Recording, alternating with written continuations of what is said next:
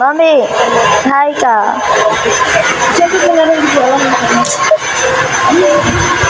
Si Paula. Oh, nandito po ako sa, ano to?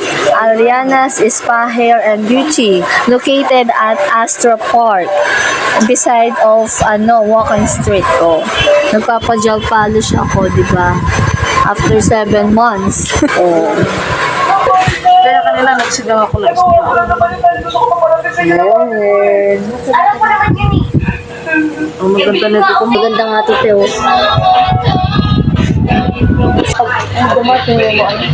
Yan. Ayan, mukha ng paa. Oh, yan. Mukha ng pong paa ang aking paa. Ito si Mami Luz na naglinis sa akin. Ayan si Paula.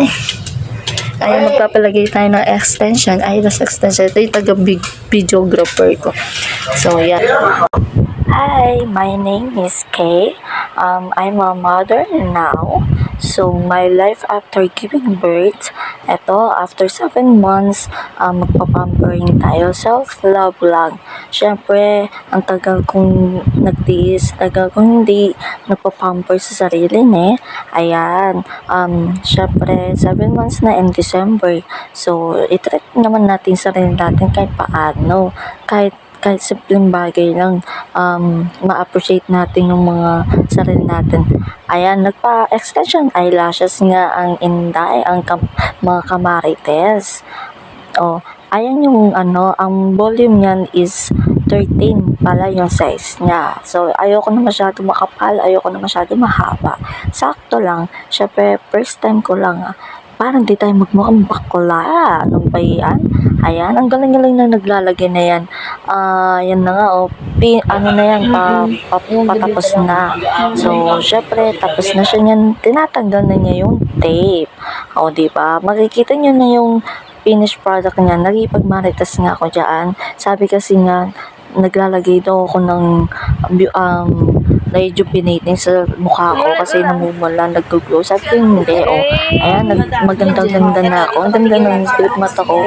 Satisfied customer here. Thank you, Trisha. Ayan na nga, pinicturean ako ni Trisha. Napakaganda, diba, guys? Diba, kamarites? Magpagawa na rin kayo. At nag-selfie pa nga ako. Nagmamaganda lang ako dyan. Pagbigay nyo naman. Ayan po, tapos nga, paano yan? Ito yung gumawa ng eyelash ko. Tapos yan.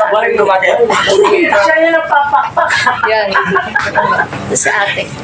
Thank you, ate. Full smile. Full smile. Ang ganda mo. Sexy mo. Selfie mirror muna tayo. Pagkatapos nag-bumper, papunta kaming walking street sa Mayisan. Nag-decide ako na kumain ng samji kasi tagal ko nang crave. Ang tagal ko hindi ko makain ng samji na Korean food. Ang dami kong cravings, shawarma, siomai, burger. Pero napunta kami sa ramen and samji. Pagbibigyan natin yung batang makulit na yan, si Paula, na gustong unlimited coffee. Paulit-ulit nga siya kasi gusto niya yung coffee. Hanggang pag-uwi, hindi siya nakamove on. Ayun, pagka-uwi namin, tinawag siya ng troll niya. Nag-umupo siya doon. Siyempre, talaga. Sige. Later.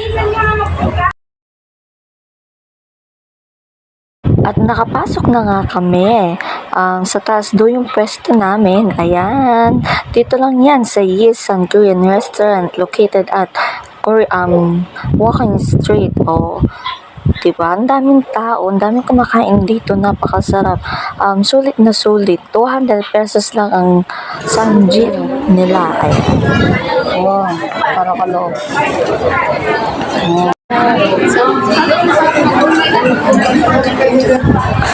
Gutom na nga ako dyan. Tumatawag na yung aking tiyan.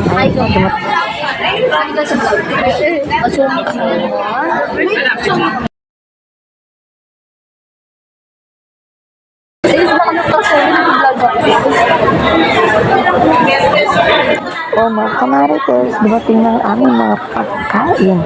So, tara na, ano pang hinintay nyo? Kain na tayo.